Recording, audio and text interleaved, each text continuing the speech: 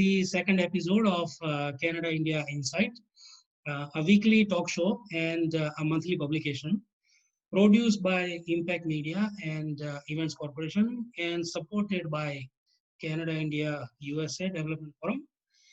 Our guest today is Mr. Rahul Bhardwaj, President and CEO for Institute of Corporate Directors, or ICD, with 15,000 plus members. This not-for-profit organization is the voice of Canadian directors and boards from coast to coast. As in Canada, we say coast to coast to coast, 3 times. It looks like, I will need an entire episode just to describe your accomplishments. But anyway, here in short, let me try and summarize it. Mr. Bhardwaj serves on the board of the Rideau Hall Foundation, supporting the office of the Governor General of Canada. He was chair of the 2012 Ontario Summer Games, co-chair of TO 2015 Ignite, a program of the Toronto 2015 Pan Am and Para-Pan Am Games. Your other past board commitments include founding board member of Metrolinx, chair of the Toronto Downtown Jazz Festival, chair of Community Foundations of Canada, Upper Canada College, George Brown College, Stratford Festival of Canada, United Way of Toronto, as well as vice president of the Toronto 2008 Olympic bid, a corporate lawyer by profession. Mr. Bhardwaj, welcome to Canada-India Insight. Thank you. It's nice to see you again. Wonderful. So here we go. My first question is, companies of all sizes are struggling right now due to the pandemic right now, as you know. Employees are being laid off, asked to work from home. There is great confusion about when all this is going to end. When with reopening, we also hear more new cases emerging in several countries. I mean, not in Ontario right now, but I'm sure in US and many other markets, in India as well. How are the senior leaders at the board and director level cope with this uncertainty and chaos, to use the right word? Because whatever they decide, their decision impacts hundreds and sometimes thousands of lives and jobs and families. No, that's a great question. And, it's interesting that you mentioned the scope of the ICD across Canada. Our 15,000 members touch, they have oversight over trillions of dollars of market capitalization and touch virtually every community in Canada. So your point is absolutely right, that the director community in Canada has enormous impact on the livelihood of Canadians.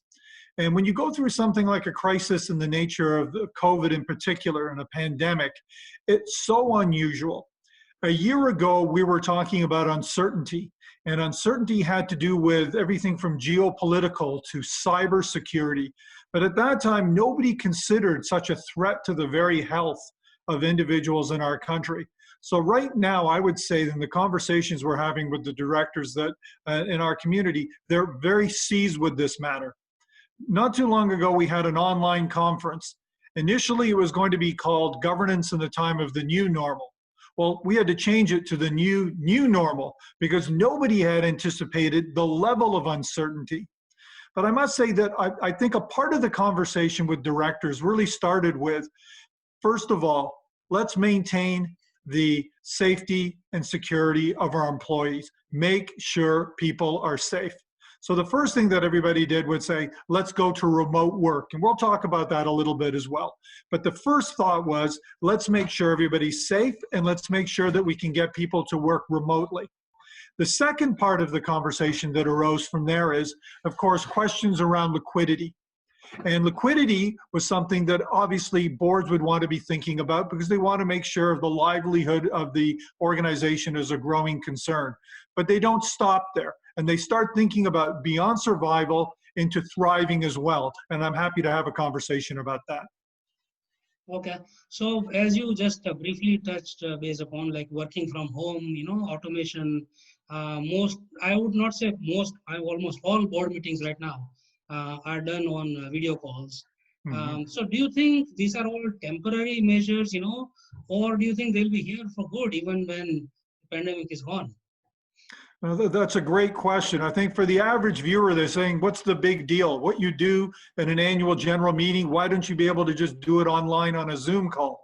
Yeah. Not too long ago, TELUS had to go to court in British Columbia to get a court order to actually do their annual general meeting online, because there's a whole compliance regime around this. There's laws that say general meetings have to be taken care of in a particular way. So they wanted to make sure that they were still under compliance. So the directors actually have to turn their mind to it.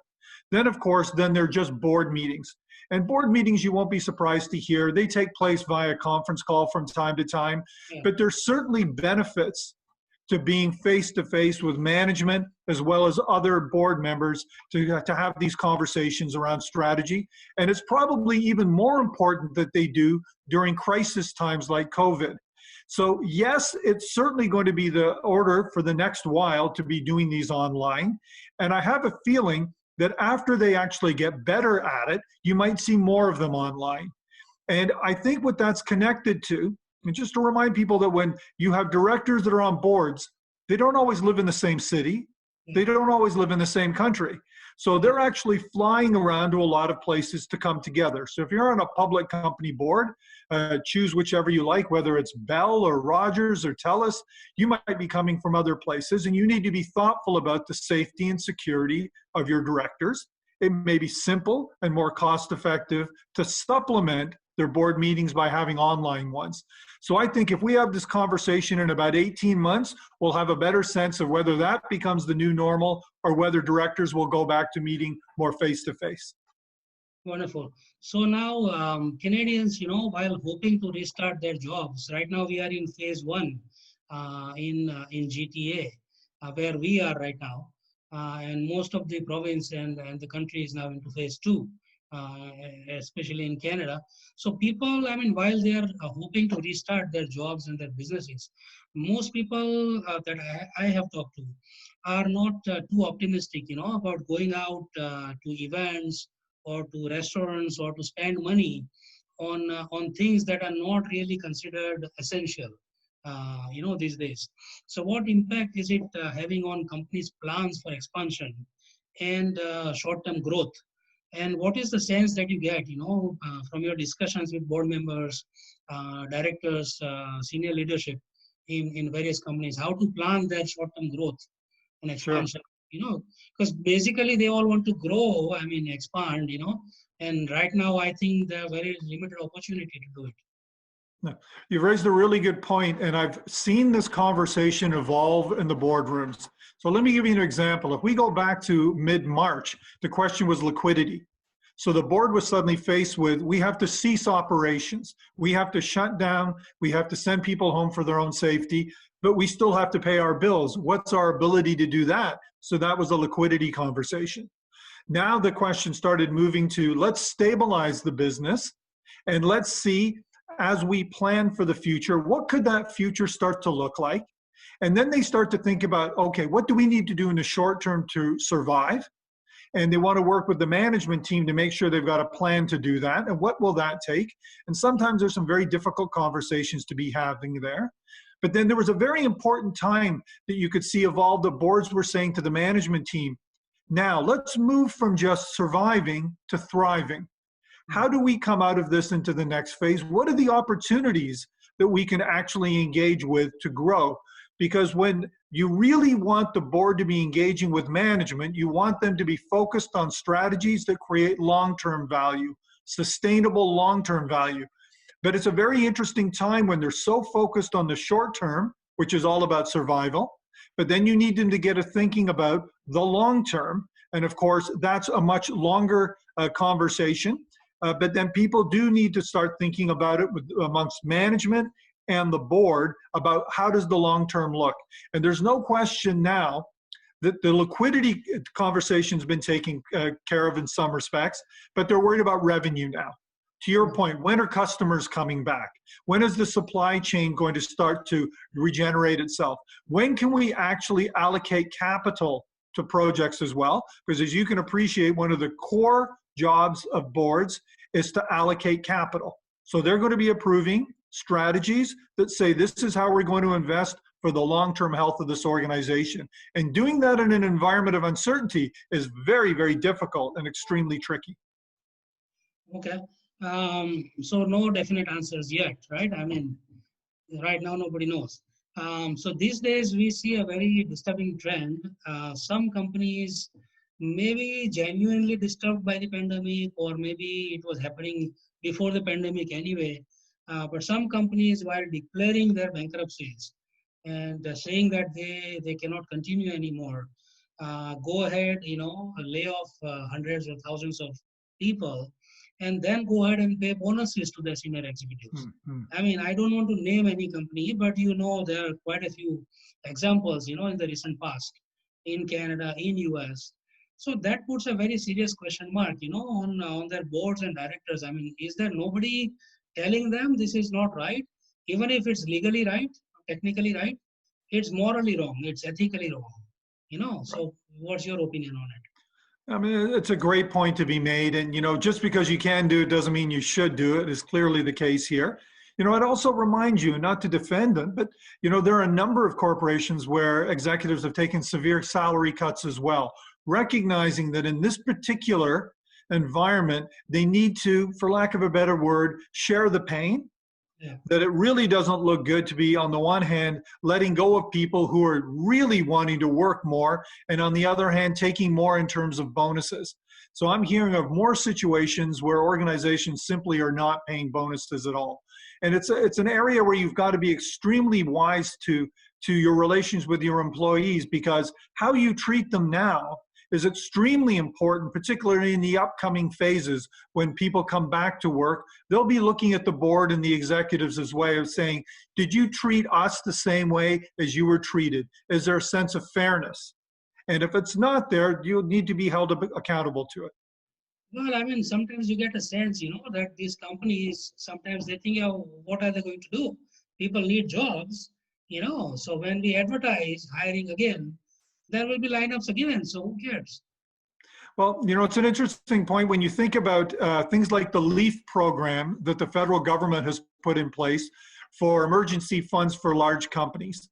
So they've actually put a substantial amount of taxpayer dollars made available to help companies that are struggling, very big ones. But a couple of the provisos they put on there is, we're giving you the money, companies, so you can retain employees. So please make sure the money that we can loan to you, you're actually going to hire people with. And by the way, you cannot pay bonuses to executives, you cannot issue dividends, and you cannot have any buybacks, because they got wise to some of the tricks that were at play after the 2008 financial crisis. So now they've learned from that, and they're being very specific about this, saying, we're going to give you a lifeline because these are extraordinary circumstances. But please, these are not meant for executives. They're not meant for the shareholders. This is meant for the employee base. Okay. So similarly, as you now see a lot of talk these days about race and, equality and diversity and inclusion and all the right words. So how is the ICD advising boards and directors, through your courses or through your one-to-one interactions or things like that? And also another aspect is, it looks like, there is now a race to just show that, we have X person on the board, or we have Y person on the board, so we are covered. I mean, is it just a symbolic, is it sufficient just to have somebody there? Right. So I can talk for a long time about all the work we've done at ICD, but I'll just give you the headlines. We've been very, very supportive of enhanced diversity on boards. We're a founding member of the Good Governance Alliance. I'm on the board of the 30% Club. I've been writing op-eds for quite a while about the importance of having diverse perspective on boards. It's important. It decreases risk. It cuts through bias. It provides different perspectives, whether it's from the customer base, the employee base. It provides additive, and it helps businesses, and it's the right thing to do. We created a board diversity toolkit, We actually have a portal now on our website of a host of tools around diversity and inclusion. It's a standing item in our conferences and our chapter events across the country. And I must say that if 15, 20 years ago, people were scratching their heads about, gee, do we really need diversity on boards? Nobody's scratching their heads now. Everybody acknowledges it. I think there's been a significant culture change in that respect. Now, all that being said, it's important that we make more progress, and we make that progress quite quickly. And there's a lot of momentum now in that direction. And I think you're finding out too, to your point, tokenism is never a good idea. There's no question about that. But it's also a good and a well-standing process for boards to make sure that their board is composed of individuals that can have oversight of the organization as well as contribute to oversight of the strategy of the organization. So there's no question that you need to have a matrix. And that matrix may say, we need people with a certain expertise from, it could be law, it could be finance, it could be from industry, depending on what it is. It could be geographic representation, gender representation, community representation, depending on what the nature of the organization is. But it's also true that when you bring diversity into the board, it also helps the rest of the board learn and understand how diversity can actually contribute to conversations, how actually some of those very different questions break through biases that actually hold companies back. So in fact, I think there's a lot of momentum in this area right now, and I'm pleased to say, not only do we teach this at ICD and we publish about it, it's been a big part of our culture, and we're going to continue to progress on it. Wonderful, good to hear that. Also now, right now especially, there's a growing uneasiness with China because of multiple reasons, not just Corona. And there's also a lot of talk about relocating and diversifying supply chains, manufacturing bases, away from China. So how are Canadian leaders, business leaders, dealing with this, and what impact it will have for Canada and for Canadian companies in the short term, medium term, and long term? Although we are more in the resource-based, and tech-based kind of service provider, but I am sure it affects us as well. No, that's a great question. I wish I had a simple answer because there isn't one. So, whether we're talking about just China as an enormous economic power on the planet, that has its own geopolitical issues. Once we throw in the Huawei situation, that has another situation that we need to be considering. Once we put in the pandemic and COVID, we're talking about supply chains that need to be put together once again. So this is a very, very complex area. Add cyber to this as well. And now you're really starting to look at a very dynamic environment. And Canadian companies are really challenged, whether you're from the oil and gas sector and you want to connect in with the Chinese economy, or whether you're with the agricultural sector and you're exporting, or perhaps you're going to be importing, you're in the technology sector. It's a very, very complex and dynamic environment. I don't think there's an easy answer. And it certainly depends on the industry you're in. But make no mistake about it, China has got an enormous footprint internationally in the global economy, and there's no way that Canada cannot be engaged with them. Yeah, but there must be a serious discussion going on, at various boards all across Canada of how to deal with this situation. No, clearly, there's not only a serious conversation, there are hundreds of serious conversations going on. And so many of them will be based on the context of that particular country or that company and that industry. So whether you're in technology, whether you're in oil and gas, or whether you're in manufacturing or importing, the nature of that conversation is going to be very, very different. But if your question is, can you avoid a conversation about China in the global economy? Absolutely not. It is definitely an important consideration of any board that's doing any kind of business, either within Canada or outside. Okay. So now coming back to the Indo-Canadian community, because we are both of Indo-Canadian origin. This talk show is also Canada-India Inside. So I want to ask you one question on that. Canada now has almost 2 million people of Indian origin, 21 MPs, a couple of senators, many prominent people in, representation in many prominent corporations, both private and public, and board positions. So do you see this as a welcome growing trend that reflects the reality of Canada today? And has it been changing the way companies have worked so far in Canada? Sure. I've lived in Canada since 1968. One year So before I I've was born. seen, 1 year before I was born. there you go. So I came as a very little boy from London, England to London, Ontario. Came to Toronto much later to go to school, and I've settled here. I've had the pleasure of going across Canada from coast to coast to coast. And I'll say that, the role of the Indian community as leaders within their community has just grown and continues to grow. It's a very dynamic community. It's a well-educated and a hardworking community that I think believes very much in the underlying ethos of Canada. And you could see that that's providing great opportunities for young people in companies. Now, whether it's at the community level or at the corporate level or at the political level, I think it's saying that the Indo-Canadian community is not only a part of the Canadian, tapestry and mosaic, but it's actually a part of the leadership community in Canada as well. And I think this bodes well for Canada, and it bodes well for the community as well. So, let's say compare it to, let's say, about 20 years back. The way the Canadian companies used to work or think or strategize, maybe prioritize, their goals.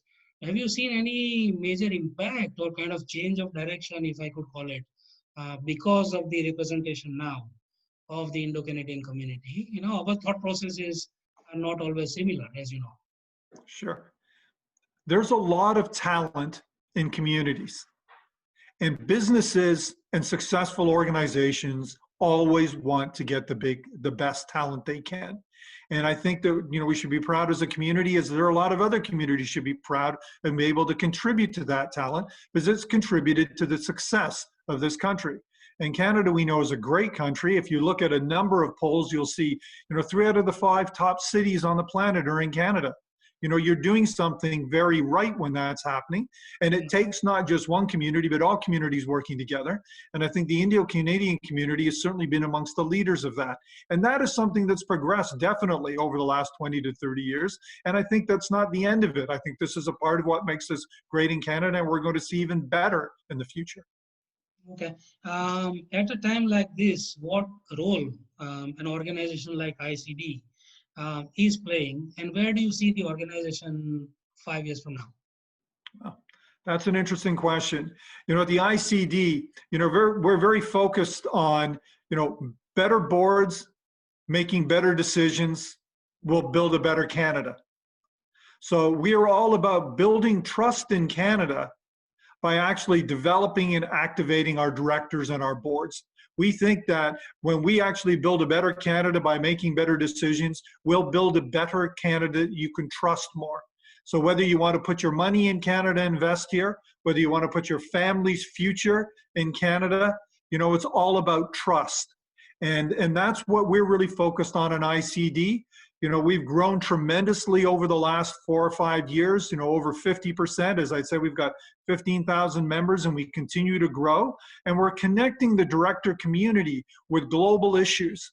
And we're bringing these issues to them, and we're saying, this is what's happening in the countries around the world and globally.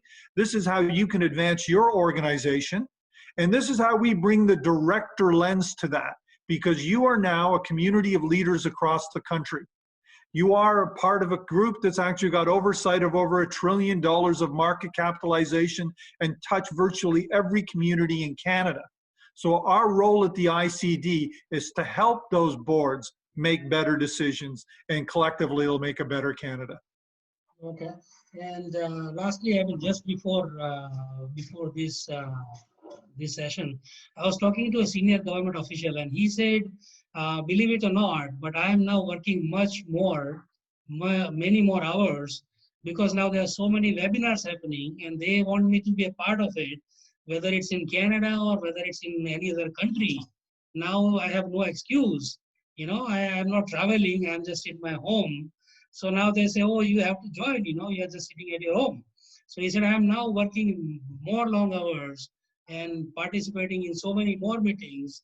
and I don't have time to do the stuff that I'm supposed to do. Is it happening to you also? Sure. And we're going through a period right now where everybody's obviously working at home. Yeah. Getting next to a computer, we're sitting at them all day. It's easier to have all of these conversations. And you got to tap your hat to technology. It's making this type of interaction a lot easier. So it's certainly different. It's I think some of us are getting Zoomed a lot, but that's perfectly good. This is an opportunity to share a lot more ideas. So anything else that you wish to add? Maybe what you see, what you hear. This is great. No, I thought, these are some very good questions you've been asking, and glad to help. Sure, fantastic. So that brings us to a close of this formal conversation, and we'll continue to touch base with you to get more insights, on what's happening at Canada's boards, and happy to discuss with you. Good, my pleasure. You keep well, Vipul. Stay in touch then. Okay, bye-bye. Thanks a lot.